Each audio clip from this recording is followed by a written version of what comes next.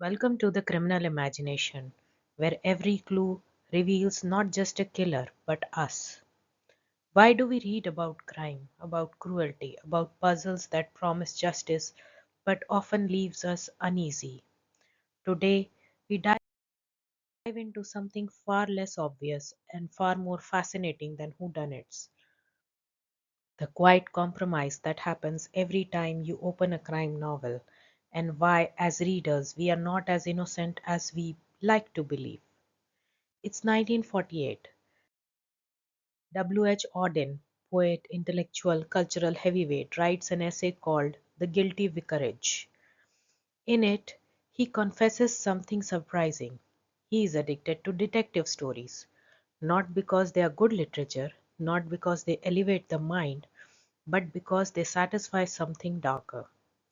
Auden is honest, too honest maybe.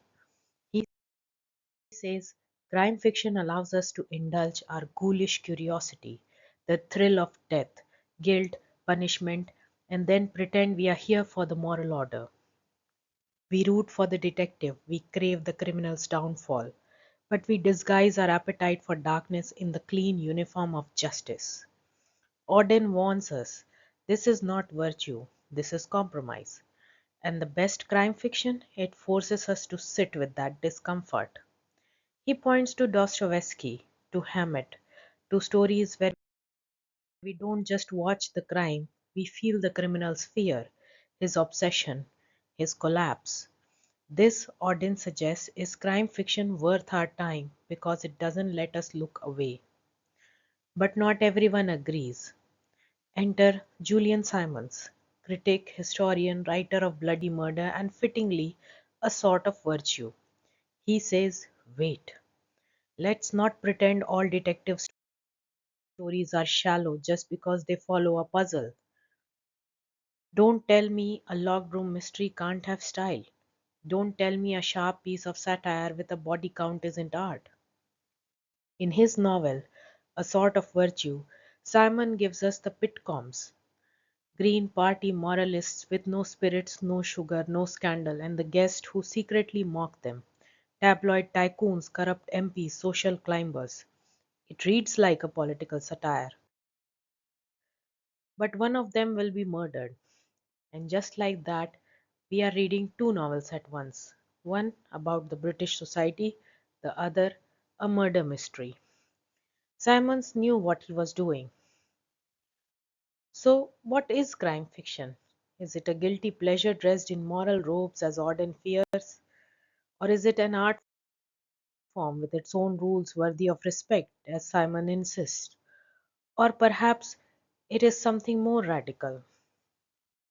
Paul Auster in The City of Glass blurs all the lines. He becomes a character in his own book. He watches the story watch itself. He asks, what does crime do to us as readers? Why, in every crime story, do we suddenly become detectives? Not just of motives and means, but of meaning.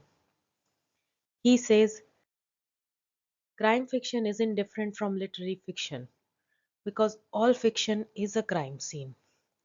We scan the page for evidence, we question characters like suspects, we chase a resolution that may never come. We are always trying to make sense of the unreal. So, what do we want from crime fiction? Do we want closure or chaos? Order or truth? A mask of justice or a mirror? Because maybe, like Auster and Simon suggest, every time we read a murder mystery, we are also reading ourselves. Let me leave you with a question.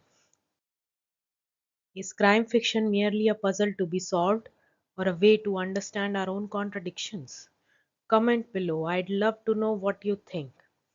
And if this made you think twice about the stories you read or the reasons you are drawn to them, like, share, and subscribe. There is far more to uncover inside the criminal imagination. And remember, until next time, keep questioning the story. Don't forget, sometimes the greatest mystery is why we read mystery at all.